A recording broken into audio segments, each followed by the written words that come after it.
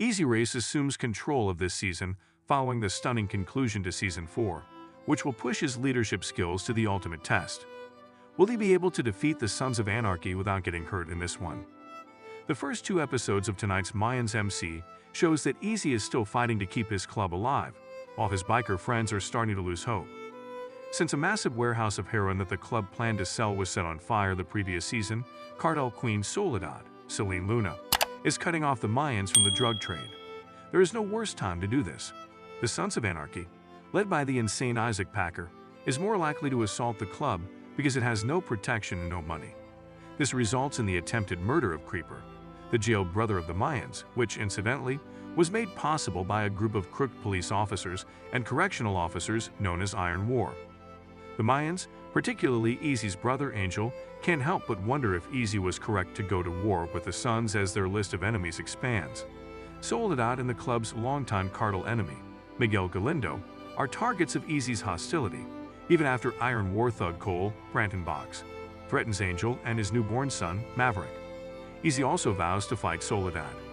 In the first scene of the episode, Tito is brutally attacked by Sons of Anarchy members as Isaac Packer. The group's leader cheers them on. When Tito is half dead and unconscious, Packer stops the assault and urinates on Tito's body.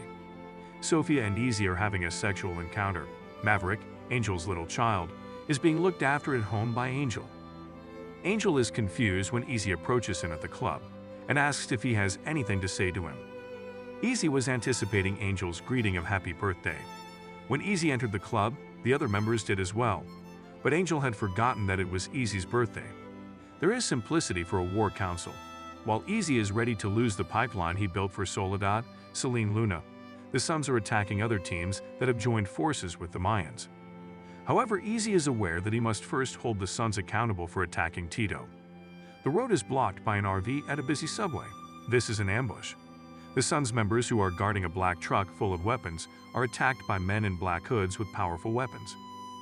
The RV is blown up after the men steal the truck. Then, we catch up with Hope, Vanessa Giselle, who pretends to score but really just wants to steal from her dealer when she visits him. There's also Letitia, Emily Tosta. The dealer doesn't have enough money, despite their best efforts, and it won't be able to cover Coco's outstanding rent. They have 1 week to come up with the additional funds they require before being kicked out of their home. They are emptying the stolen weaponry from the containers back to the Mayans Club when Easy tells them to reload them with the exception of a few crates. He will deliver them to Soledad as a gesture of goodwill in an effort to mend fences with the cartel. None of this impresses Soledad. After admonishing Miguel not to make the same mistake twice, she sends him to deal with Easy. Miguel makes the point that the cartel possesses modern weapons and technology. Therefore, the rifles the Mayans stole are useless to them. The Mayans will be friendless and unable to repel attacks from the Sons and the other clubs fighting for first place if Easy doesn't step up his game. The Sons who made it back to Packer inform him about the ambush.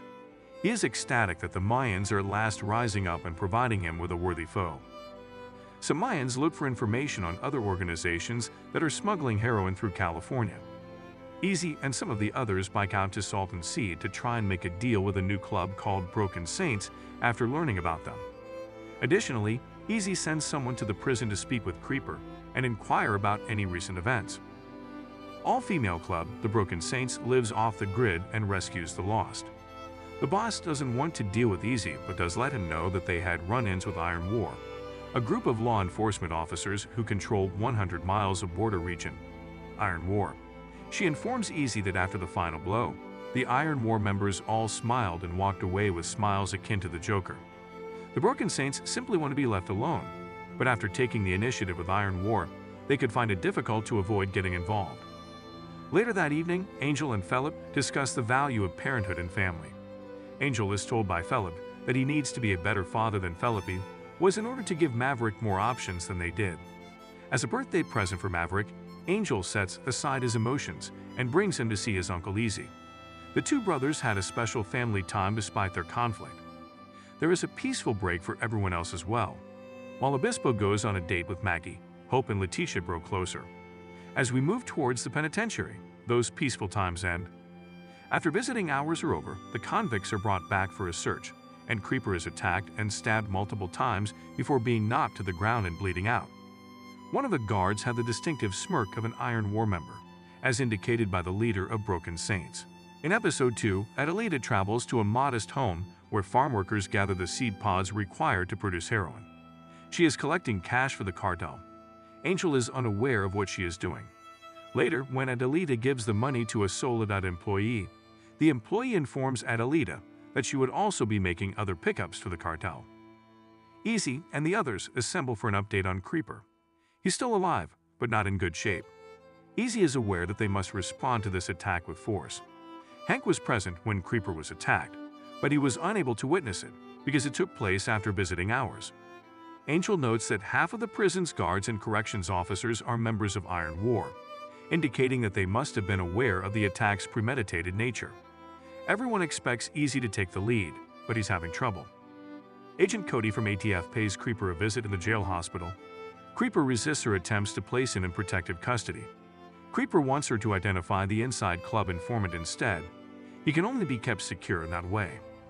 In an effort to learn what happened to Creeper, Easy, Angel, and the other Mayans ride up to the jail. The Iron War Club's president and vice president, the guard wearing the Joker smile, are present when they arrive, which is during shift change. The two clubs square off while exchanging jabs.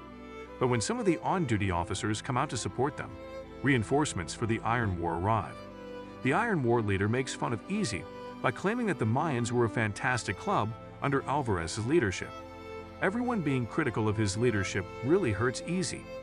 Angel advises Easy to move on because now is not the time for a battle. However, Easy warns the Iron War participants that if they allow Mayans to be hid inside, they may be attacked at any time from the outside. Easy consults the military strategy book he received as a birthday gift for direction. He is aware that he is failing to lead the Mayans in winning the struggle for the pipeline. He must devise a strategy to begin succeeding. Not only Easy is seeking partnerships, others are as well. Mr. Villafuentes, a cartel boss who can see straight through them, serves lunch to Soledad and Miguel. Miguel acknowledges that they were dispatched to Villafuentes by Lincoln Potter to forge an alliance. Villafuentes consents to a partnership so that the factions can develop a stronger network and conduct business without interference from the U.S. government. Then Miguel encounters the criminal responsible for Martin's son Thomas's murder. He can't allow a child's murder go unpunished. He assaults the murderer in the restroom, leaving him writhing on the ground. The vice president of the Iron War is abducted by the Mayans. For Creeper and to discover who is in charge of the heroin pipeline. They brutally beat him. But the man won't speak, so Easy starts to lose control and comes dangerously close to attacking his brothers. When it becomes apparent that he won't provide any information, East instructs the others to dump their victim. Miguel hosts Emily and his kid for a family meal at his house, but it is obvious that Emily isn't exactly in a willing situation. Packer intensifies his attacks against the Mayans by targeting the Mayans in the Inland Empire. The president is made to choose between the life of his wife and children or that of his vice president by him and some of the sons. Instead of forcing Packer to make a decision, he tells Packer to just murder him, but Packer refuses. The vice president is shot in the head because the president decides to defend his family. After that, Inland Empire leaves the coalition, leaving the Mayans with very few allies. Easy seeks counsel from Alvarez. Alvarez urges him to leave his land after Easy deposed him as president. He is not planning to assist Easy after how things turned out. Cole, the mercenary with military connections, who Angel has previously dealt with, pays Angel a visit at his home. Cole cautions Angel not to pursue the pipeline any further and to stop before something negative transpires. To prove his point, he points his rifle at Angel's son. Cole is involved in the pipeline through which Soledad's people obtain top-of-the-line military equipment. The last Mayans gather and debate where they stand. Easy's credibility is all but gone. Angel informs Easy that they have finished investigating the pipeline and that he won't jeopardize Maverick's life. Easy, however, maintains that they are only beginning. Easy's objective is to dismantle the cartel because he no longer wants to work for it.